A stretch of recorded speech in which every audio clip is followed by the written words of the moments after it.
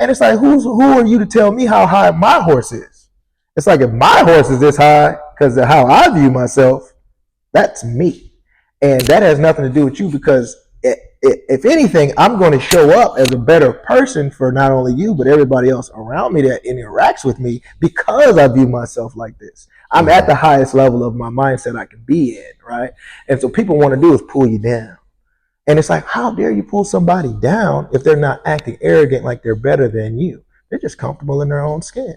But something about that makes you feel a certain way, as if now you need to level set them. And I think that the power is, if we can set our own level, then we can't be level set. And this being like defensive, which goes into our point from the last time, energy versus envy, and that's what we were leading in today, is how do you take the envy that you're going to probably get either way by being comfortable in your own skin, which is what people struggle with. And so that in itself can be a very high value in a man or in a person in general, is just confidence. Now, how often do you see somebody confident, the first thing people give to them is hate? It's like, oh, how dare you think you are? It's like, what does this person, this human being wearing a pink shirt have to do with you? Nothing. What makes people want to go out of their way to pull that down or to like dim that light? You know what I mean? It's like, how dare you be so bright? How dare you be confident in yourself? And then people ask, why are they so confident? Then they start looking at what you have, and they start ranking you on their hierarchy of what they think is very valuable. And so I think it's all relative to the person. If I feel I'm valuable because of the way I view myself, that has nothing to do with you, and has nothing to do with your expectations or what your hierarchy is as yourself. If anything, that might be holding you back from feeling good about yourself, because you have maybe an unrealistic expectation and hierarchy of people, and you're still trying to climb this totem, this ladder. Don't get mad at me because I'm at the top of my ladder and I'm okay about that. I'm climbing a whole different tree and you're climbing. But I think that comparison thing gets in the way.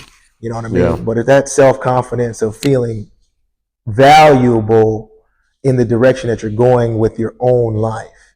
But I think it's actually seeing it as being value, because sometimes I think people may not be satisfied with where their life is going.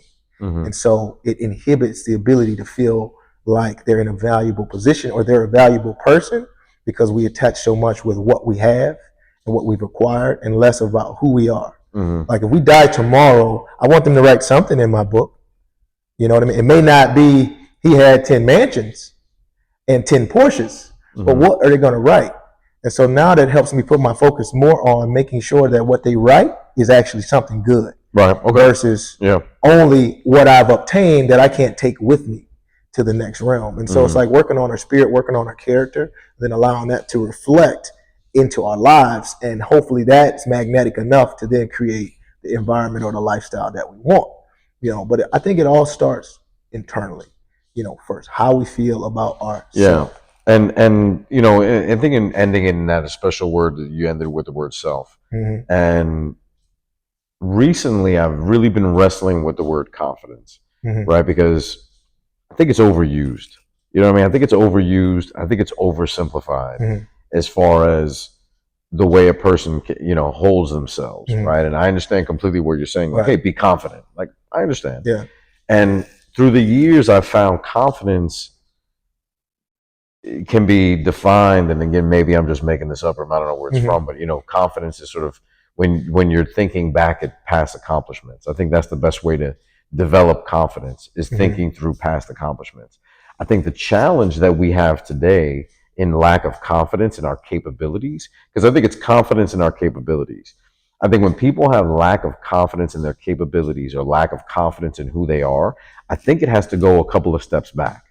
Right. So when you were saying, like, when you say something to ladies like, oh, just be confident, I'm not sure that's the answer. I'm not sure that's the answer. And the reason I say that is I think there's two other steps that come, or more than steps. Oh, 100%. Two that really come into mind that are way before. They're going to develop the confidence. Correct. That are way before confidence, that sometimes we can just be oversimplifying. And again, I think the culture,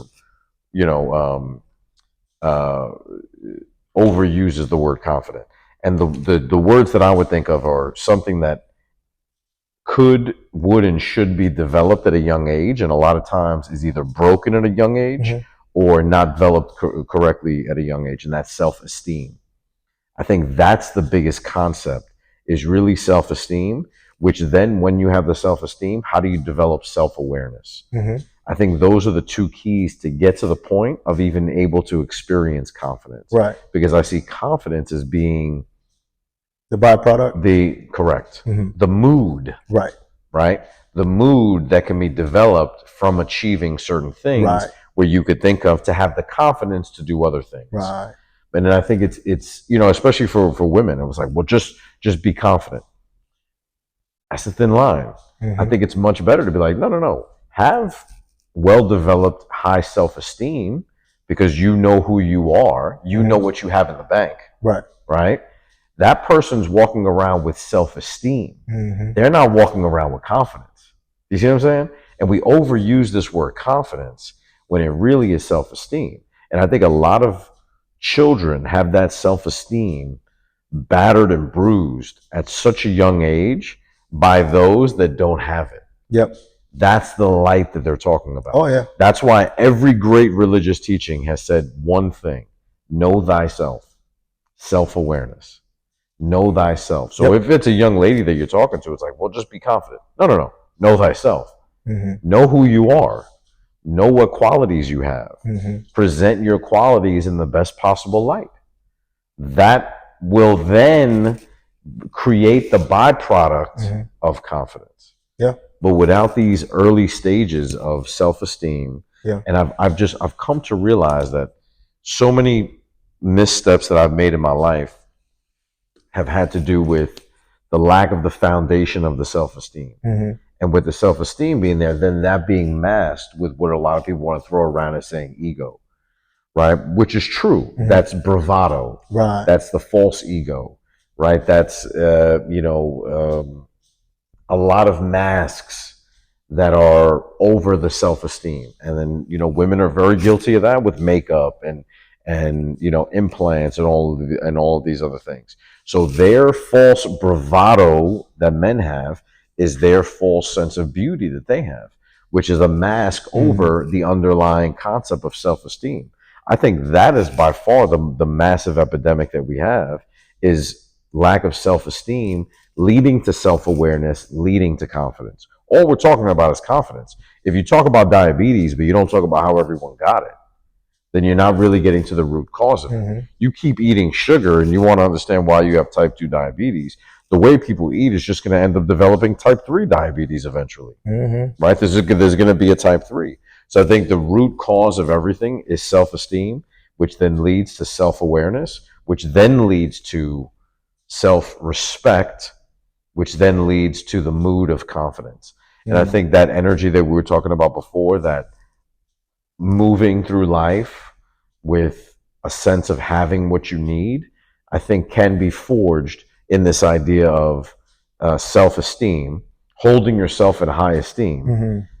In the same way, you and I are very close friends. If we were to go somewhere and, not saying that you wouldn't do something, but if someone were to treat you in a way that I thought was absolutely ridiculous, I'd say something. Be like, hey, listen, don't speak to him that way. I hold him in high esteem. But then if we do that for ourselves, people, lose their shit. Right? So, well, where do you get to the point of holding yourself in high esteem while identifying self-awareness? Know thyself, knowing what you're good at, knowing what you're not good at. So that's why if you're saying to young ladies, like, hey, be confident, that's too much of the end byproduct, when it has to be, what does your self-esteem look like? Know thyself. What are some of your biggest qualities? I actually find this overconfidence, or a woman that walks in with, if we think of confidence as a byproduct of success, and a byproduct of having done things before, how do you feel confident? Because you've done it already. Right. When you go into a job and you're going to do your job, you're confident that you can get the result that you're being paid to do. Right? You're in sales, whatever it is. I'm confident because of the results that I've already gotten. That's confidence. But I think it starts with the self-esteem and the self-awareness. So in that respect, when it comes to women, in what I find attractive or what I don't find attractive, if a woman has this bravado, this confidence, again, that to me is an unattractive quality. Mm-hmm. So if that's an advice you'd give to a young lady, oh, just be confident. Again, I find that to be unattractive. I find that this idea of, from a humility perspective, or from a again, and probably humility, from a perspective of like, hey, you know what? I don't know how to do this. I don't know. You don't want a woman to walk into the bedroom all confident. That means she probably has a little more experience than you should be happy about. Right. Right. So that's why I think that's the advice we should be giving to men or young men, of like, first and foremost, developing the self-esteem from a young age. I think by far that's the biggest epidemic in the world. If we can develop that self-esteem from a young age, any of the highest achievers that we've had that we can look at, let's just say sports, when you look at Kobe, Tiger Woods, Michael Jordan, Joe Burrow, Tom Brady, right? What's the common denominator for all of those people? The Williams sisters. What's the common denominator? The fathers in their lives. You think it's interesting? They all have fathers in their lives. Oh yeah. That instilled in them a strong self-esteem at a young age. Yep. That self-esteem is what was the foundational building block, which then was able to build self-awareness around what their capabilities were. And self-awareness also includes the work that you need to put in, right? Self-awareness is not just, these are my qualities. Yeah. It's also, no, I ain't shit. I need to work harder. Right. That's self-awareness. I need to work harder than everyone else. Self-awareness. I need to be up and do this. Self-awareness. But it was the foundation of the self-esteem. Again, you look at Kobe Bryant, Tiger Woods, Michael Jordan, the Williams sisters, Joe Burrow, Tom Brady. Every single one of them had a man in their life that was able to speak that into them at a young age. Once it gets past a certain age, it is unbelievably difficult. Trust me, I've been trying. Unbelievably difficult to relay that foundation of self-esteem. Oh yeah. And that ends up being the building block. So I think sometimes if we overgeneralize with the word confidence, and I think it's easy to do the same way that on social media, everything is around success. Yeah. This person's a success. This person is a success. Like, no. They maybe have achieved a certain number of things, but they may or may not be successful in all areas of their life. So again, I don't think the answer for young women is to be confident. I think that's a mask. I think what they need to do is look back from a self-esteem perspective. That's why they say daddy issues, right? Yep. The self-esteem isn't there because they didn't have that instilled in the value of who they are at a young age.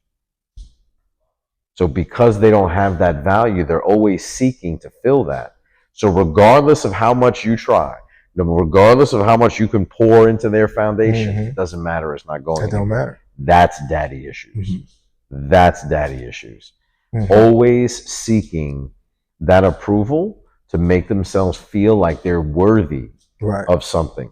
Then what ends up happening is that even when they don't feel worthy of having something, when they get it, they get rid of it.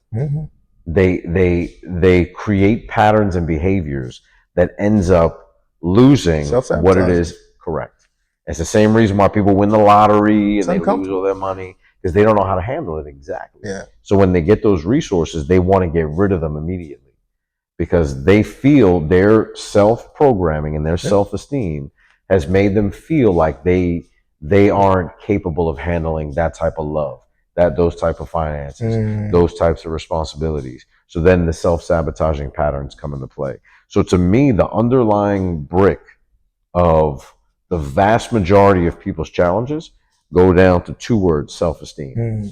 And when you can look at those two and you can figure out what it is that you can do to repair the foundation and to continuously work on the foundation, and then to have the self-awareness and realizing what your behaviors are that lead to the moods that then lead to the behaviors after that, then you can start to self-regulate.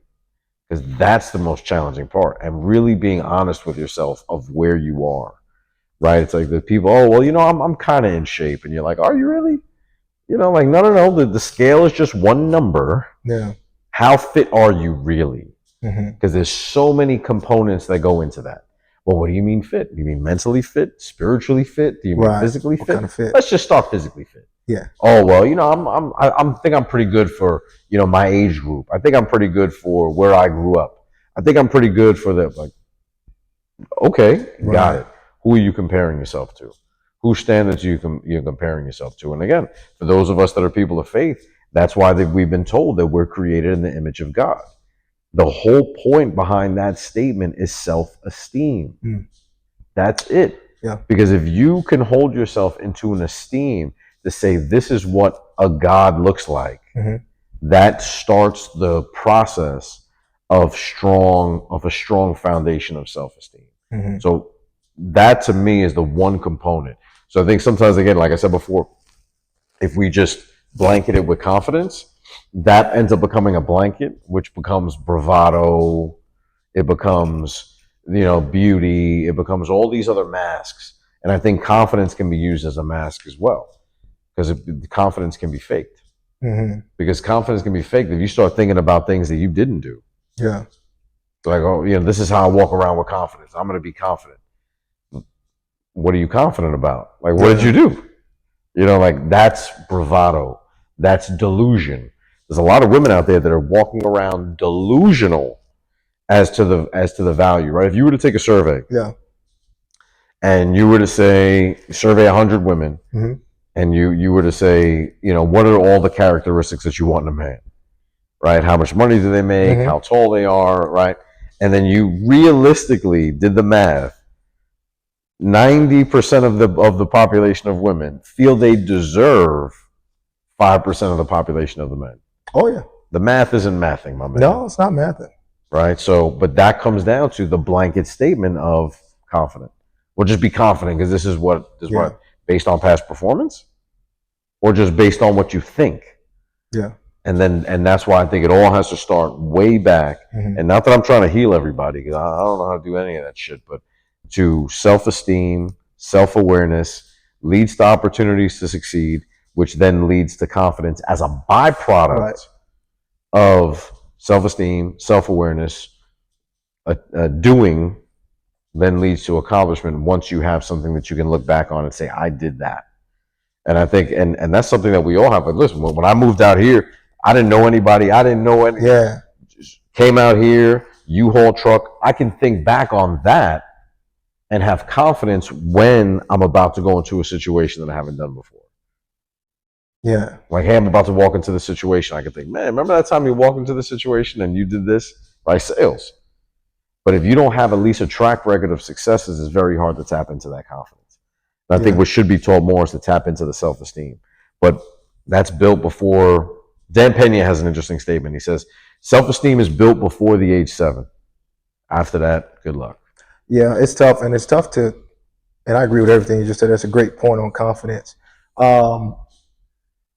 It's tough because, you know, going back to the analogy of the sales room, a lot of times as an executive, if you're talking to a CEO who's been in business for 35 years and is passed down from his family, so they may know construction like the back of their hand, okay? And you're coming in as a 25-year-old sales executive trying to tell this person about what they need for their business to make it better and amplify it. And so there can be a feeling of doubt and like, is this person going to respect what I'm saying? Because I don't have 35 years in construction. I just got out of school and I've been doing sales for 3 years. And so what they're saying is, to overcome that, you're not going to get the deal if you come in as where you feel you're not. You're only going to get the deal is if you come in as where you are and what you are. And the fact of the matter is, he wouldn't have taken this meeting if he didn't see value in meeting with you. And so have confidence in your expertise of what you are and where you are.